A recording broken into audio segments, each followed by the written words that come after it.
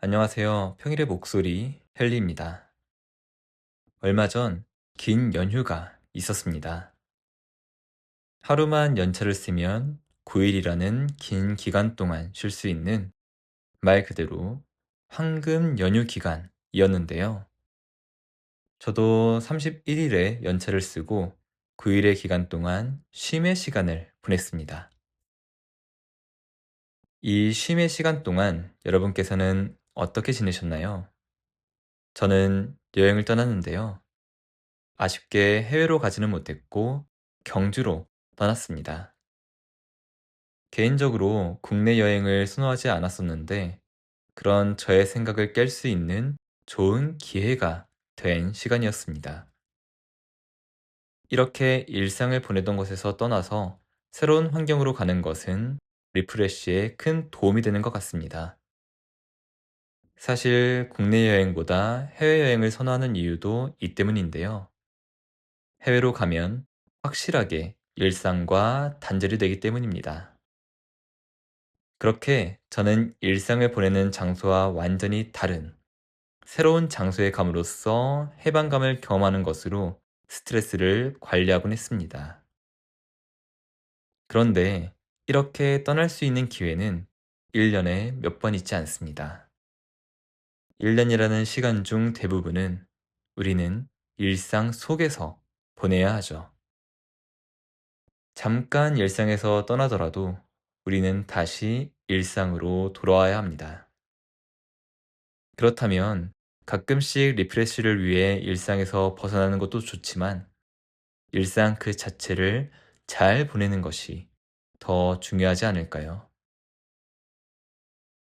마음 공부를 할 때 우리는 이런 생각에 빠지게 되는 시기를 겪습니다.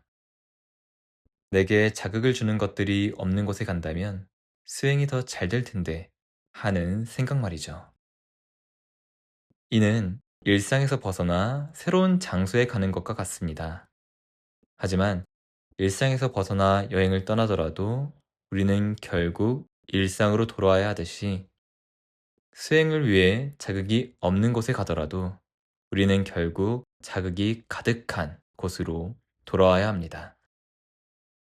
중요한 것은 수행이 잘 되는 장소를 찾는 것이 아니라 자극이 가득한 일상 속에서 마음의 고요와 평온을 누릴 수 있도록 해야 하는 것이죠.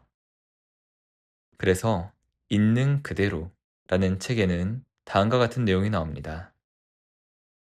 윗바사나 수행 역시 수행처에서만 하는 것이 아니다.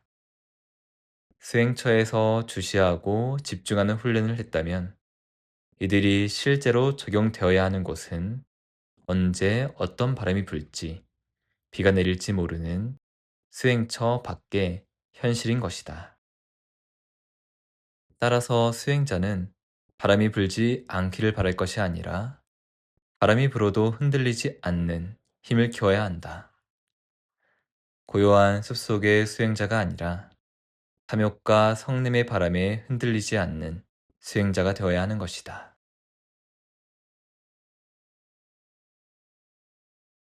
물론 리프레시를 위해 잠시 떠나는 것은 우리 삶에 큰 도움이 됩니다.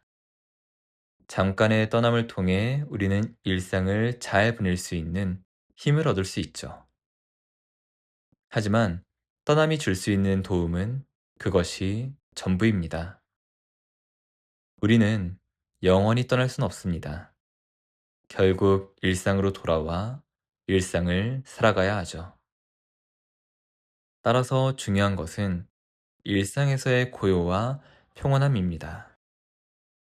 아무리 만들어진 수행처에서 수행이 잘 된다고 하더라도 일상 속에서 고요와 평온을 경험하지 못한다면 그 수행은 소용이 없습니다. 우리가 살아가야 할 곳은 수행처가 아니라 일상 속이기 때문입니다. 오늘은 떠나고 싶다는 생각보다 어떻게 하면 지금을 잘 보낼 수 있을까에 집중하는 하루를 보내보면 어떨까요? 우리가 살아가야 할 곳은 여행지나 수행처가 아니라 지금 이 장소이니까요. 오늘 이야기는 여기까지입니다. 궁금한 점이나 나누고 싶은 이야기가 있으시다면 이메일 또는 댓글로 의견을 남겨주시면 감사하겠습니다. 오늘도 평온한 하루 보내시길 바라겠습니다. 감사합니다.